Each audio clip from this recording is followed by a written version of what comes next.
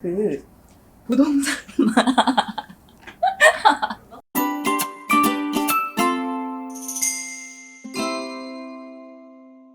공인중개사 자격증을 취득하면 일단 창업은 할 수 있는 것으로 알고 있거든요. 네네. 그냥 창업만 그 부지를 구해서 창업하면 되는 건가요?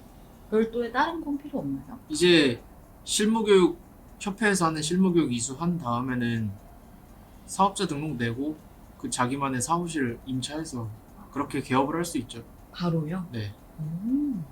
혹시 맨 처음에 창업을 한다면 어느 정도의 비용이 들까요? 전통적인 1층의 부동산이라고 생각하면 네.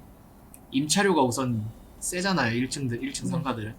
그리고 보통 지역마다 이 회가 지역 모임처럼 그 구성되어 있는 경우가 많아요. 근데 거기에 이제 같이 합류해서 그 물건들을 뭐 공유하거나 하기 위해서는 일정의 또 회비가 있는 걸로 알고 있는데 뭐 그런 부분들이 사실 좀 클 것 같고, 근데 또 요새는 뭐 다윈중개라던가 직방 이런 플랫폼들에서 또 중개사들 협력하는 중개사들을 뽑거나 1억 모집하기 때문에 그런 케이스로 간다고 하면은 전통적인 1층의 부동산이 아니라 뭐 2층, 3층 아니면 그냥 간판이 없더라도 공유 오피스 이런 데서 시작하시는 분들도 계세요.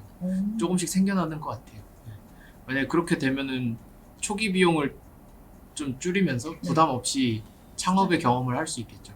아무래도 소속 중개사가 되다 보면은 사장님이랑 이렇게 나눠 갖게 되잖아요. 네네. 약간 창업을 하면 그런 부분은 직접 다 가질 수 있으니까 수익이 더 좋다고 볼 수 있을까요?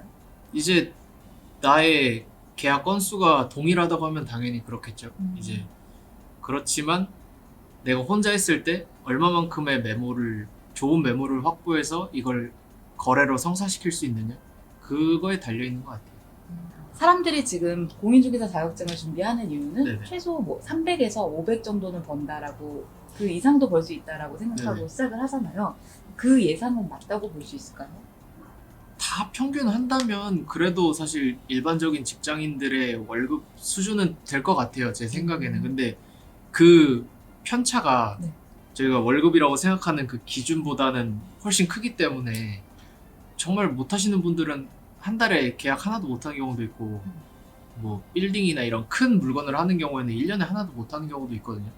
그렇게 되면은 당연히 그 가져가는 수익이 네. 이제 일반 직장인 분들보다 형편없어지는 거고, 근데 그렇지 않은 케이스들은 뭐 일반 직장인들이 부러워할 만한 그런 꿈의 연봉을 가져가는 거죠. 내가 아는 사람 중에 이만큼 번 사람도 봤다 했던 그런 최고 수익이 있을까요? 제가 뭐 그걸 직접적으로 물어보진 않는데 네. 몇 달 있다가 어떤 지인이 뭐 차가 바뀐다거나 이런 거 보면 대략적으로 짐작은 하죠. 네. 그 시작한 지 얼마 안 됐을 때도 그런 건 가능할까요? 본인의 영업력에 달린 것 같아요. 결국에는 내가 얼마나 영업을 잘 하느냐. 그러니까 결국에는 내 사업이잖아요. 네. 자영업 처음에 혼자 하면 당연히 자영업이겠지만 내 사업이니까 내가 하는 만큼 벌어갈 수 있어서 거기에 따라 달린 것 같습니다. 그러면 궁금했는데요. 세금 떼나요? 세금이요? 네, 복비를 받잖아요. 네. 제가 받는 그 금액을 세금을 떼는지. 그러니까 내가 복비를 벌면은 그게 다 사업소득이니까 네. 그거에 대해서 세금 신고해야죠. 아, 네. 세금 다 신고하시는 거예요. 세금 신고 안 하면 큰일 나죠.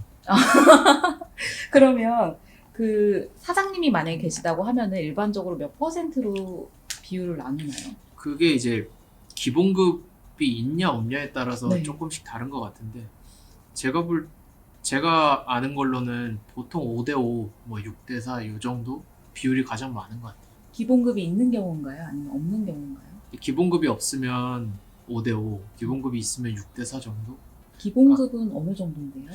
기본급이 그냥 이제 여비 정도죠. 뭐 100, 200 이런 수준들.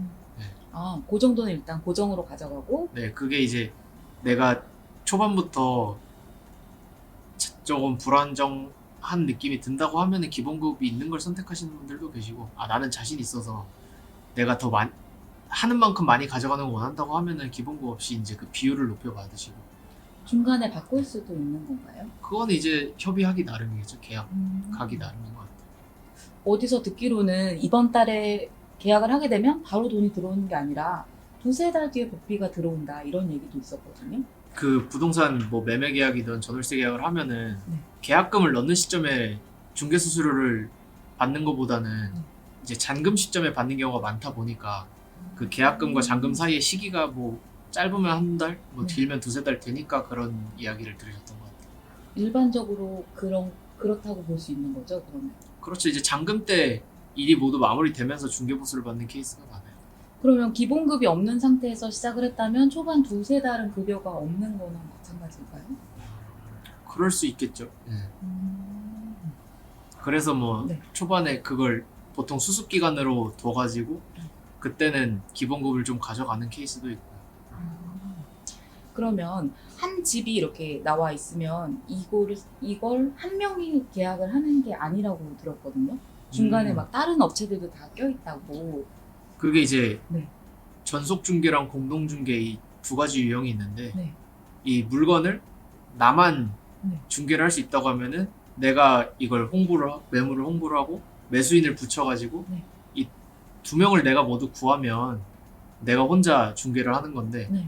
만약에 뭐 내 물건이 아닌데 내가 살 사람을 데리고 왔다라고 네. 하면은 이쪽 파는 측 중개인하고 공동 중개를 해야 되잖아요. 네. 그런 경우에는 이제 필요한 사람이 4명이 되겠죠. 네. 매수인, 매도인, 매수 측 중개사, 네. 매도 측 중개사. 아, 그렇게 되면 그럴 땐 5대5로 나누는 거예요. 그렇게 되면 이제 각각 이쪽은 매수인 측에서 받고 네. 저쪽은 매도인 측에서 받고 그런 이런 식으로 들어. 네. 그럼 6억짜리 아파트를 예로 든다면은 네. 한 건을 중개했을 때 전속으로 한다면 얼마 정도로 벌 수 있죠? 이제 중개율이 어쨌든 상한이 정해져 있기는 하잖아요.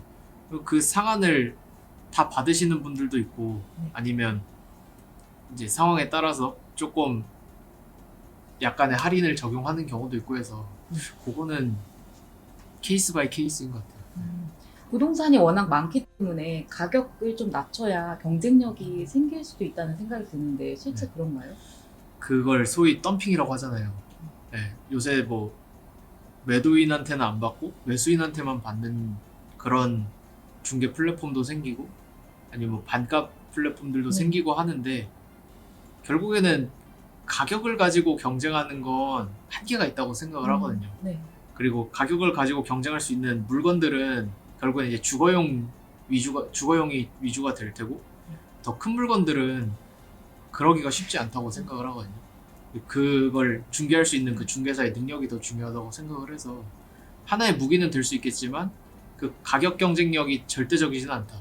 분명히 누군가가 더 싸게 치고 들어오면은 그렇죠. 제살 깎아먹기식 경쟁이 되니까 그거는 이제 시장 환경에도 좋지는 않은 것 같아요. 저 근데 갑자기 궁금한데 그러면은 제가 자격증을 가졌어요. 네. 그럼 제 매물이나 네. 뭐 제 친구들 매물이나 이런 거는 복비 안 받고 해줄 수도 있는 그런 건가요? 그러니까 내가 사무실을 열었으면 가능하죠. 아니면 내가 어디 소속됐다거나 해서 오.